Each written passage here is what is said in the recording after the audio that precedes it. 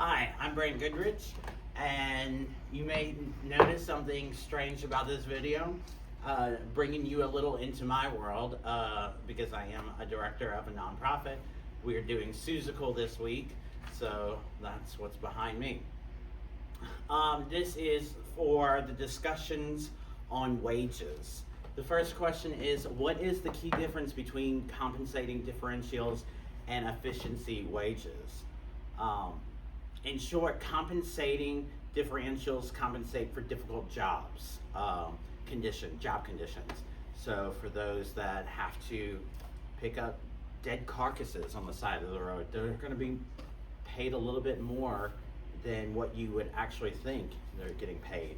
While efficiency wages are the incentive wages for your performance and how well you do.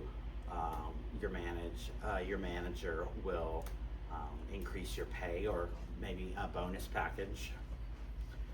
Which strategy is more sustainable in the long run for employers? Isn't it reasonable for employers to compensate workers for adverse conditions? Is it reasonable for them to expect higher productivity for paying above market wage? And would this affect employee turnover?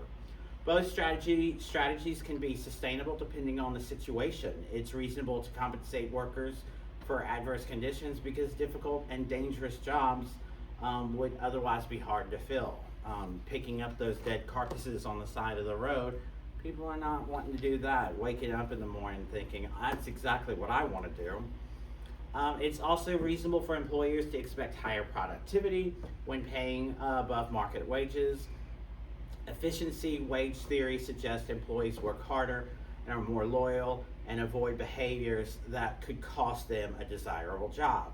So the higher you pay your employer, the more that they're going to want to do better work for you. Both approaches can reduce turnover. For me, efficient wages are the more sustainable because the manager can come in, check productivity, and increase their pay, and then in return, the employee wanting to do a better job. Number 3, if hired as a consultant to increase access to large animal veterinarian services, what would you suggest based on the experience of IKEA versus the hotel chain? What role might compensating differentials versus efficiency wages play?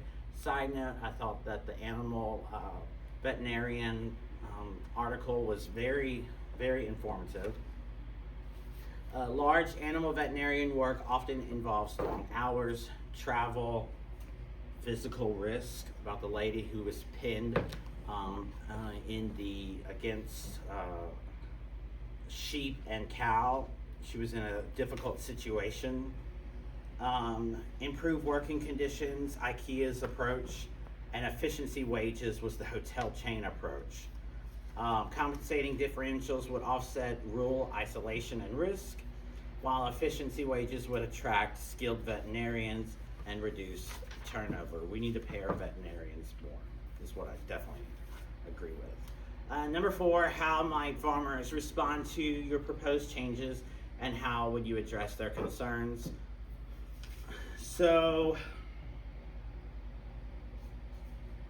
farmers may worry about higher service costs. To address concerns, I would first contact the state to see what subsidies they have, any grants to offset costs,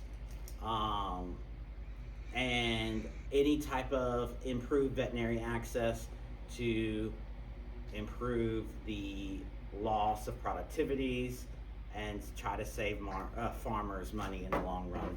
And the last question was, think of employers you have encountered who use compensating wage differentials and or efficiency wages. How effective was this approach?